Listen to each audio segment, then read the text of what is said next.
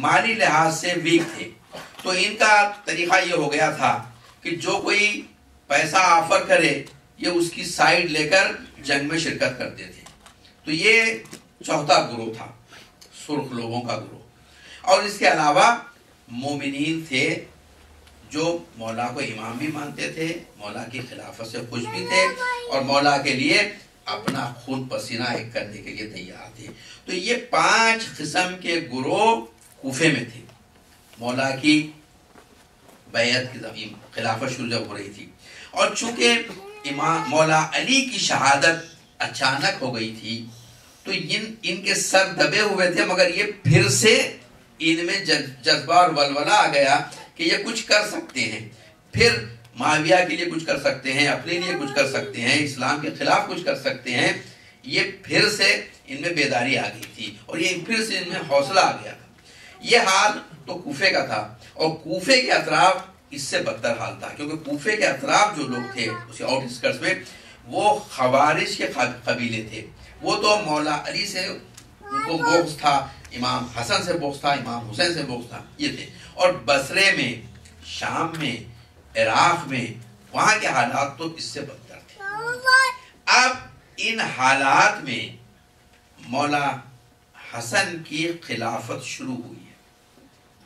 خلافت شروع ہوتے ہی مولا نے خط لکھا معاویہ کو، اور معاویہ کو بیعت کرنے کی دعوت دی، کیونکہ معاویہ بھی مولا کے انڈر میں تھا، وہ گورنر تھا شام کا. مولا نے اپنی بیعت کی دعوت دی. اس نے جواب میں بڑا گستاخانہ خط لکھا، اور لکھا کہ میں عمر میں تم سے بڑا ہوں، وہی پرانی بات، میں تجربے میں تم سے بہتر ہوں، لہذا خلافت میرا حق ہے، اور میرے بعد البتہ خلافت آپ ہی کو ملے گی، کیونکہ آپ سے بہتر کوئی نہیں ہے. یہ خط تو اس نے لکھ کے بھیجا. اس کے بعد اس نے ایک اور خط بھیجا، اس میں بڑی گستاخی کی. کہا کہ اس بات سے ڈرو کہ تمہارا قتل کسی پست اور رذیل قسم کے آدمی کے ہاتھ سے ہو جائے. تم مجھ میں تبدیلی لا نہیں سکتے، تمہارے اور میرے درمیان تلوار ہی فیصلہ کرے گی. یہ ملعون نے، معاویہ بن ابو سفیان نے یہ خط لکھا. معاویہ تے لعنت. تو یہ حال، ان حالات میں یہ امام کی خلافت شروع ہوئی. اور اس کے بعد معاویہ نے جو اسائنمنٹ دیا تھا بنی امیہ کے لوگوں کو کوفے میں، اس میں ایک یہ تھا کہ عام طور پر عام لوگوں میں یہ بات عام کر دو کہ معاویہ بڑا لشکر لے کر آ رہا ہے. وہ چاہتا یہ تھا کہ امام حسن علیہ السلام جلدی میں ایک لشکر تیار کریں اور کوفے سے وہ لشکر حرکت کر کے شام کے قریب پہنچ جائے. کیونکہ جب سے مولا علی کی خلافت شروع ہوئی، اور اس خلافت میں 3 جنگیں ہوئی، جنگ جمل، جنگ صفین اور جنگ نہروان. اور ان جنگوں میں 1,04,000 مسلمان مارے گئے. جو کہ لا الہ الا اللہ کہہ رہا تھا اس کو ہم مسلمان ہی کہہ رہے ہیں. 1,04,000 افراد مارے گئے. جبکہ رسول اللہ کے زمانے میں 84 جنگیں ہوئیں اور 1,089 لوگ مارے گئے دونوں طرف کے. اب یہ 3 جنگوں میں 1,04,000 افراد مارے گئے.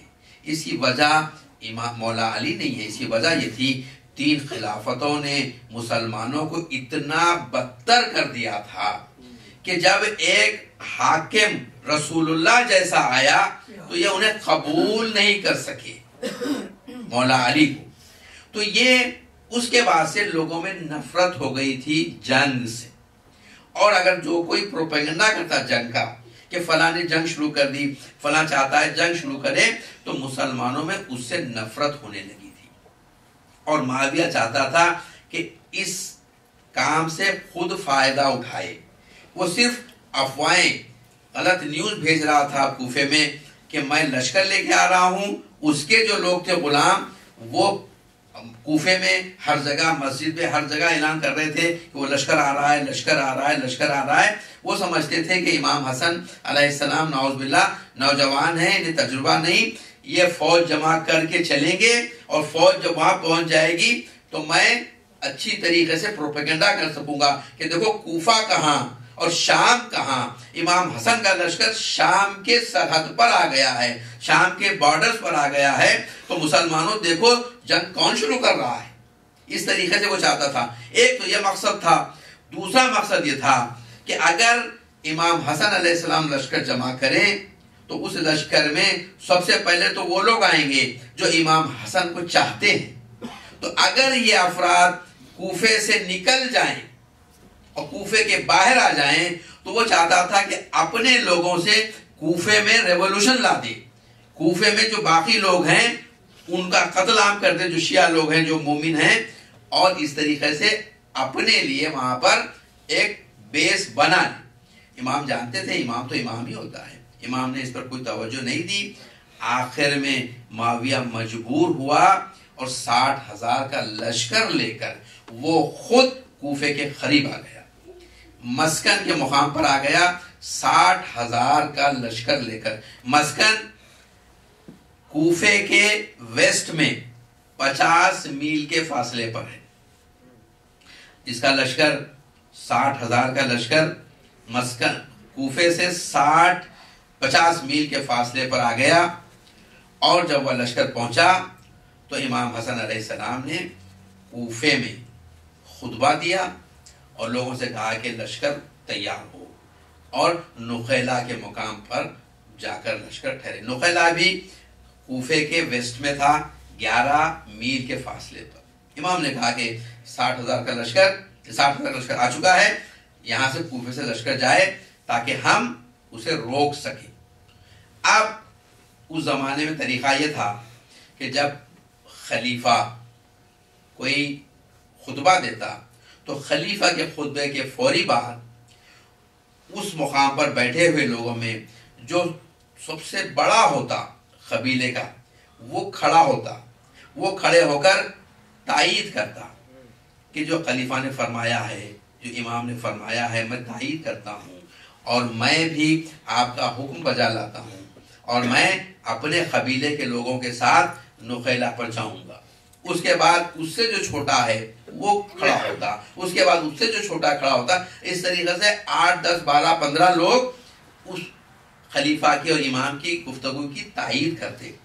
مگر جب امام نے فرمایا، امام حسن علیہ السلام فرمایا، کوئی کھڑا نہیں ہوا. قبیلے کے سب سردار تھے، سب تھے، سب خاموش بیٹھے رہے. تو امام رسول اللہ کے صحابی تھے، مولا علی کے صحابی تھے عدی ابن حاتم، عدی ابن حاتم تھائی. عدی کھڑے ہوئے اور عدی نے پہلے لوگوں سے کہا تمہیں شرم آنی چاہیے، یہ فرزند رسول ہے، یہ خلیفہ وقت ہے، یہ امام وقت ہے، اس کا خطبہ تم نے سنا اور تمہیں کیا ہو گیا کہ تمہارے منہ میں زبان نہیں ہے.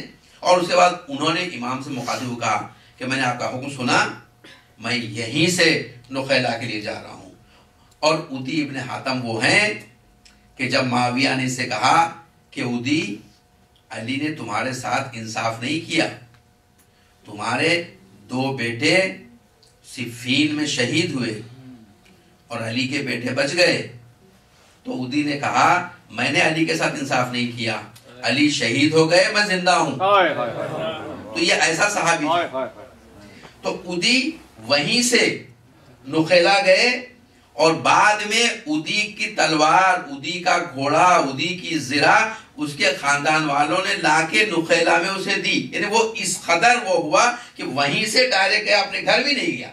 اور اس کے بعد اس کے قبیلے کے 1000 لوگ آ کے وہاں پر ملے اور پھر کچھ لوگ کھڑے ہوئے. وہی رسمی طور پر انہوں نے گفتگو کی کہ خلیفہ فرماتے ہیں ہم کو جاننا ہے. یہ مولا بھی نخیلا تشریف لے گئے. اس خطبے کے بعد 10 دن تک نخیلا میں امام نے انتظار کیا.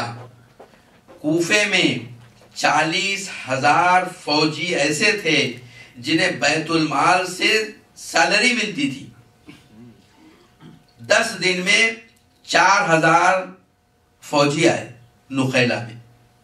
10 دن بعد پھر امام حسن علیہ السلام واپس آئے کوفے، اور امام نے پھر کوفے میں آ کر لوگوں کو جمع کیا، پھر خطبہ دیا.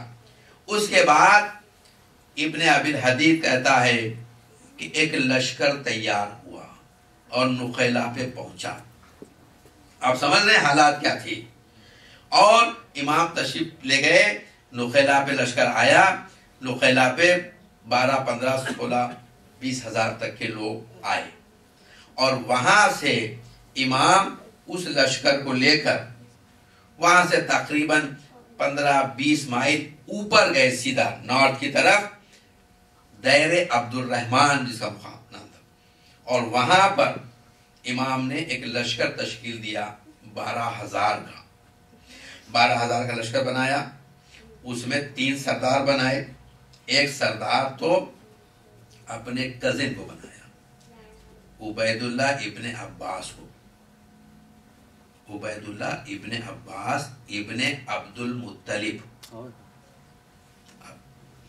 اور وہ پہلے سردار. اس کے بعد قیس ابن سعد کو دوسرا سردار بنایا کہ اگر یہ قتل ہو جائے، مر جائے، کچھ ہو جائے تو تم سردار.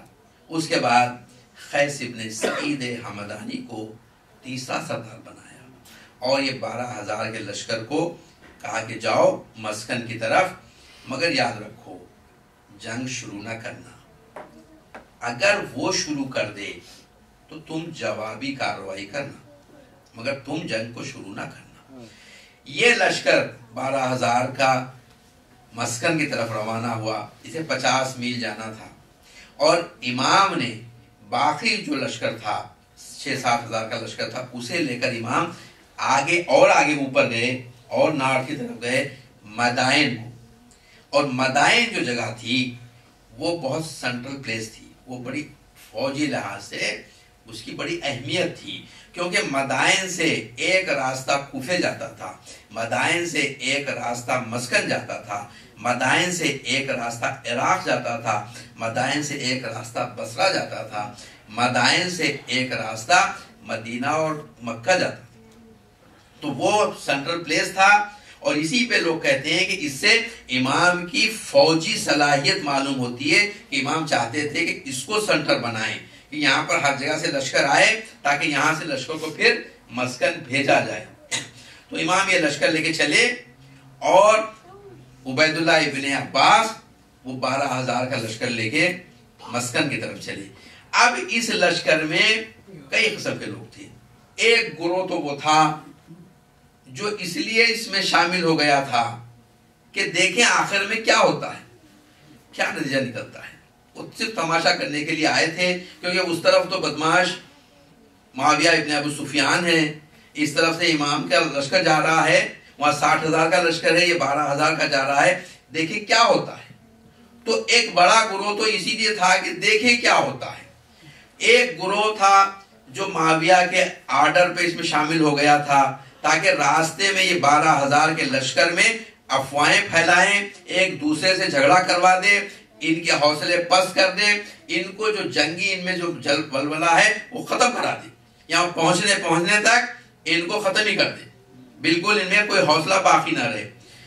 تیسرا گروہ وہ تھا جسے نہ امام کے مقصد سے کوئی کام تھا، نہ ان کا کوئی مقصد تھا. وہ چاہتے تھے کہ چلے جائیں، اگر کچھ مال غنیمت مل گیا تو لے لو، نہیں ملا تو ہم کچھ کھونے والے تو نہیں ہیں. اور اس طریقے سے یہ لشکر چلا ہے. ان میں بہرحال جنگ کرنے والے بھی تھے، ان میں ایسے بھی تھے جو چاہتے تھے کہ ہر قیمت پر جنگ ہو، جیسے خوارج پہلے سے چاہتے تھے کہ معاویہ سے جنگ ہو، تو ان میں یہ تھے کہ ہر حال میں جنگ ہونی چاہیے.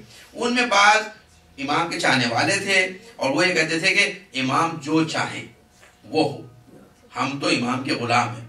تو یہ 5 قسم کے لوگ تھے جو اس 12,000 کے لشکر میں چل رہے تھے. اور جیسے یہ لشکر چلا اور امام علیحدہ ہوئے مدائن جانے کے لیے، انہوں نے اپنا کام شروع کر دیا، اور سب سے زیادہ اپنا زور صرف کیا عبید اللہ ابن عباس کو خام کرنے میں، اسے اس کا مائنڈ چینج کرنے میں. اور یہاں تک کہ جب آپ پہنچے ہیں مسکن کے قریب، مسکن سے 6-7 میل کے قریب انہوں نے اپنا پڑاؤ ڈالا اس لشکر نے، امام کے لشکر نے. اور وہاں پہنچے تک عبید اللہ ابن عباس تقریباً اس بات پر راضی ہو گیا تھا کہ میں صلح کر لوں گا، کیونکہ اس نے یہی پروپیگنڈا شروع کر دیا تھا کہ امام حسن صلح پر راضی ہو رہے ہیں اور صلح ہو جائے گی. اور جب وہ رات پہنچا اور اس نے اپنا ٹینٹ لگایا، سردار تھا وہ، اس کا ٹینٹ لگا، اور ٹینٹ میں ایک چھوٹا سا نیزہ آ کے لگا، اور اس نیزے میں ایک پرچی تھی. وہ نیزے کو اس نے پرچی کھولی، اس پرچی میں معاویہ کا پیغام تھا کہ امام حسن صلح کر لیں گے، تو اس سے فائدہ اٹھا اور تو اس بدنامی سے بچ جا، میرے پاس آ جا، میں تجھے 1 ملین درہم انعام دوں گا، ½ ملین تو تجھے اسی وقت دوں گا جب میرے ٹینٹ میں آ جائے گا، اور باقی ½ ملین اس وقت دوں گا جب میں کوفے میں داخل ہو جاؤں گا. یہ پرچی لگی اس نیزے کے ساتھ، چھوٹے سے نیزے کے ساتھ یا چھوٹے سے تیر کے ساتھ، اور صبح کی نماز کے لیے لشکر تیار ہوا 12,000 کا. لشکر نے دیکھا کہ سردار ہی نہیں ہے، معلوم ہوا کہ سردار معاویہ کے ٹینٹ میں ہے، وہ 6 میل ادھر چلا گیا معاویہ کی طرف. تو خیر قیس ابن سعد نے جو دوسرا سردار تھا، اس نے نماز پڑھائی، لوگوں کو سمجھانے لگا اور کہا کہ میں مولا کو بھی اطلاع دوں گا. اور وہاں سے مولا کو اطلاع دینے کے لیے کم از کم 1 دن چاہیے، تیز سواری پر بجائے. تو وہ امام کو اطلاع دی گئی کہ عبید اللہ ابن عباس آپ کے کزن، امام کے کزن، وہ اب معاویہ کے ٹینٹ میں ہیں. اور اس کے بعد یہاں کے جو سردار تھے، اب ان سرداروں نے بھی سوچا کہ بھئی جب وہ جا سکتا ہے، اسے پیسہ مل سکتا ہے، تو ہم کیوں نہ جائیں. مختصر یہ کہ کچھ دنوں کے اندر، 5 یا 6 دن کے اندر 12,000 کے لشکر میں سے 8,000 غائب ہو گئے، 4,000 کا لشکر بچا. اب یہ 8,000 یہ نہیں لکھتی تاریخ کی یہ سب معاویہ کی طرف گئے، نہیں، بہت سے کوفہ لوٹ گئے، بہت سے اپنے گھروں کو لوٹ گئے. سردار وہاں چلے گئے جن کو کچھ ملنے والا تھا، وہ تو ہر ایک کو تو پیسہ دینے والا نہیں تھا، وہ تو سرداروں کو خرید رہا تھا. اسے غریبوں کی کوئی بھی وہ اہمیت نہیں تھی معاویہ کے پاس. اسے معلوم تھا کہ میں اگر سردار کو خرید لوں تو اس کا پورا قبیلہ میرے ساتھ ہے. تو اس طریقے سے امام حسن علیہ السلام جب مدائن میں تھے، وہاں پر یہ خبریں پہنچ رہی تھیں کہ اس 12,000 کے لشکر میں سے 8,000 غائب ہو گئے، اب 4,000 کا لشکر ہے. امام حسن علیہ السلام وہاں مدائن میں تھے، کچھ لشکر اور جمع ہوا تھا کہ معاویہ نے 3 سرداروں کو، مغیرہ ابن شعبہ، عبداللہ ابن عامر، عبد الرحمن ابن حکم، ان 3 ملونوں کو جمع کیا اور ان کے ساتھ کئی لیٹرز، کئی خطوط ان کے ساتھ دیے. یہ خطوط آپ کے کوفے کے لوگوں نے مجھے لکھے ہیں، وہی بنی امیہ کے جو سردار تھے، انہوں نے جو خطوط لکھے تھے کہ تو آ جا تو ہم امام کو اسیر کر کے تیرے حوالے کر دیں گے، یا اگر امام جنگ میں نظر آئے تو ہم انہیں تیر مار کے ختم کر دیں گے. یہ جو خطوط تھے، یہ سارے خطوط جمع کر کے ان تینوں کے ساتھ اس نے مدائن بھیج دیے کہ امام حسن علیہ السلام اسے دیکھیں کہ آپ جس لشکر کو لے کے آئے ہیں، جس سرداروں کو آپ لے کے آئے ہیں، انہوں نے ہم سے پہلے یہ وعدہ کر لیا ہے کہ آپ کو وہ پکڑ کے ہمارے حوالے کرنے والے ہیں. امام نے وہ خطوط کو پڑھا